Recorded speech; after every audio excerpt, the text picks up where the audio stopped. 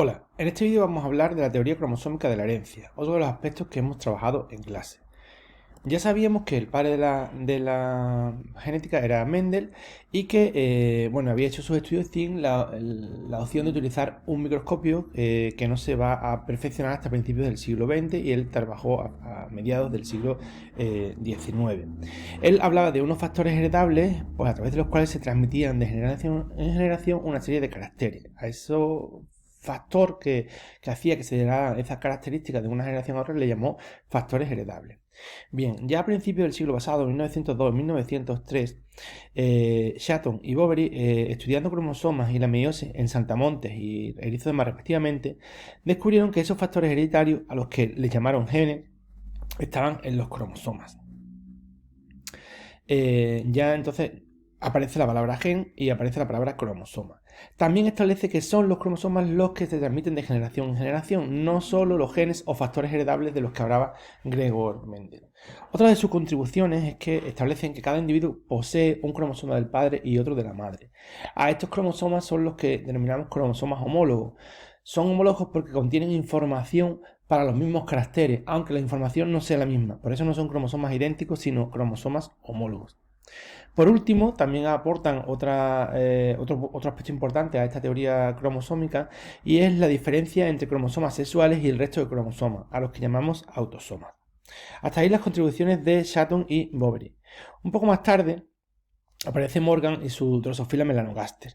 Drosophila melanogaster es una mosca pequeña conocida como la mosca del vinagre o la mosca de las frutas. Una mosca ideal para su estudio debido a varias razones, ya que son fáciles de criar en el laboratorio, se van a reproducir durante todo el año, producen generaciones nuevas cada 12 días, pueden llegar a producir hasta 400 huevos en cada puesta, etc. Todo esto hace que Morgan pueda trabajar con ellas. En su estudio con esta mosca, Morgan realiza unas aportaciones a la teoría de la cromosómica. Nos habla de que hay muchos genes que se heredan juntos porque se encuentran en el mismo cromosoma, en contradicción con la tercera ley de Mendel. Es decir, vamos a heredar unos caracteres a la vez porque están colocados en los mismos cromosomas. Como sabíamos ya de antes, lo que heredamos son los cromosomas. Estos serían genes ligados. Comprobamos que lo que se transmite de una generación a otra son los cromosomas, que es lo que antes habían establecido Shatton y Boveri. Y de otro lado, descubrió que los genes ligados a un cromosoma heredado no siempre permanecen juntos cuando se van a transmitir de una generación a la otra. Lo que hizo fue relacionar este hecho con la recombinación genética que sucede en la profase 1 de la meiosis. Antes de transmitirse un cromosoma, ha intercambiado un fragmento con su cromosoma homólogo. Veamos esto de forma gráfica, tal como lo habíamos visto en la clase. Nos dice que esto es un cromosoma, ¿vale? Tenemos dos genes, el gen A y el gen B.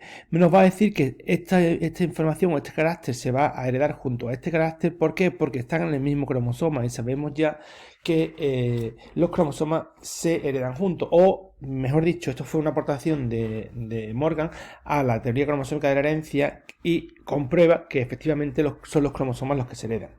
Y su segunda aportación, de lo que nos habla de la recombinación genética. Es decir, él descubre que hay a veces determinados genes que están en el mismo cromosoma, pero que finalmente no se heredan juntos. ¿Y por qué? Y es el hecho de que va a relacionar la herencia de los cromosomas con la meiosis o la profase 1 de la meiosis. ¿Qué ocurre esta recombinación genética que tenemos aquí? ¿Vale? Hay un intercambio de información, con lo cual al final, al heredar este primer cromosoma, ya no estamos hablando de un cromosoma paterno o materno, sino de un cromosoma recombinado.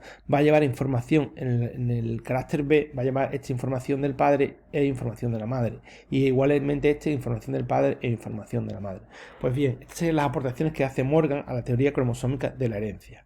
Espero que os haya servido para aclararos un poco este apartado de teorías en el tema que estamos trabajando.